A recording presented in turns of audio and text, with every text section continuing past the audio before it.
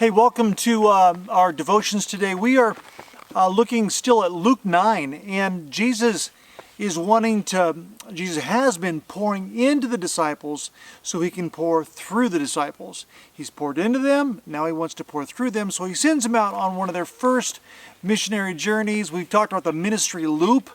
They were sent, he gave them authority, they left. They came back and reported in verse 10. When Jesus sends them out, he gives them an interesting instruction that for us is like, what? He tells them that on your journey, and he goes through a list, take no staff, no bag, no bread, no money, no extra shirt. When you enter a house, stay there as long as you are in the town. If you go to a place and you are not welcome, then shake the dust off your feet in a testimony against them and leave.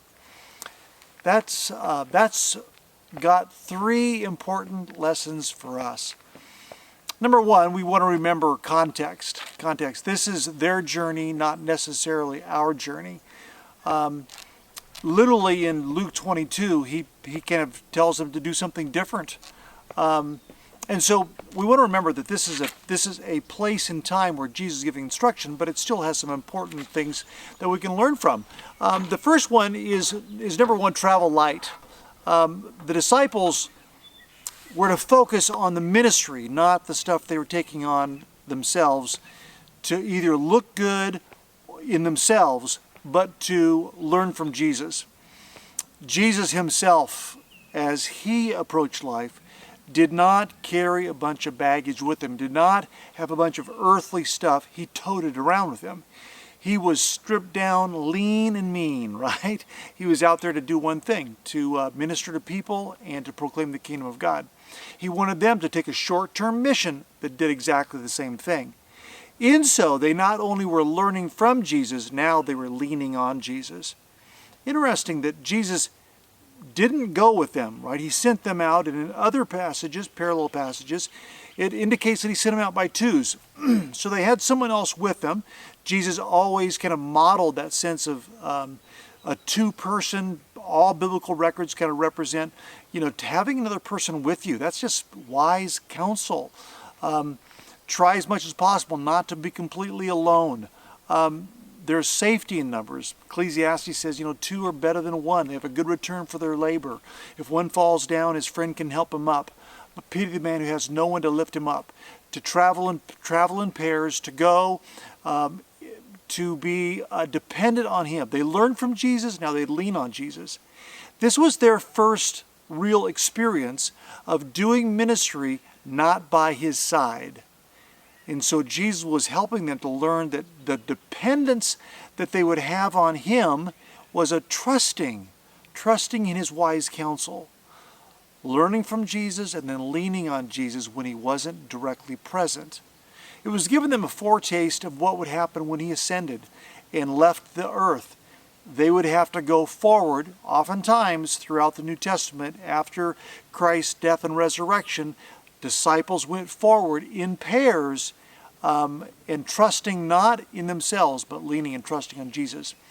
A little definition that I give for humility. Some of you know it right away. Remember what it is? Humility is the ability to live dependently on God. Here's the first thing they learned. Live dependently on God. Don't take a staff. It was used oftentimes for protection. Don't take bread. I will sustain you. Don't take a bag. It was extra stuff. Don't take, what was the other thing? Don't take money. Trust me completely. The second thing we see is hospitality. Dependence on him, and hospitality is what the early church did so well. They learned interdependence on one another. Back to my definition about humility.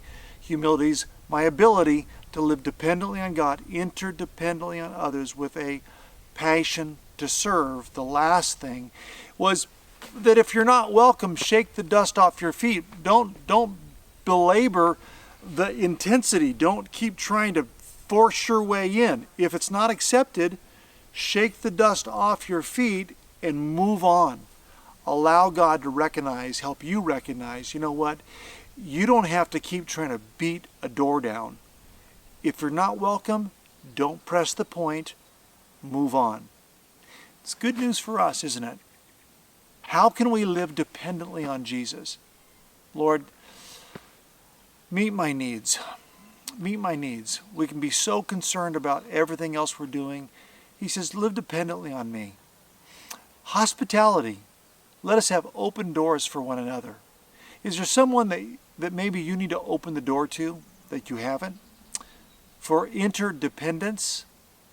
Is there someone that you need to say, hey, would you mind if I used you as a resource in some way because I need you?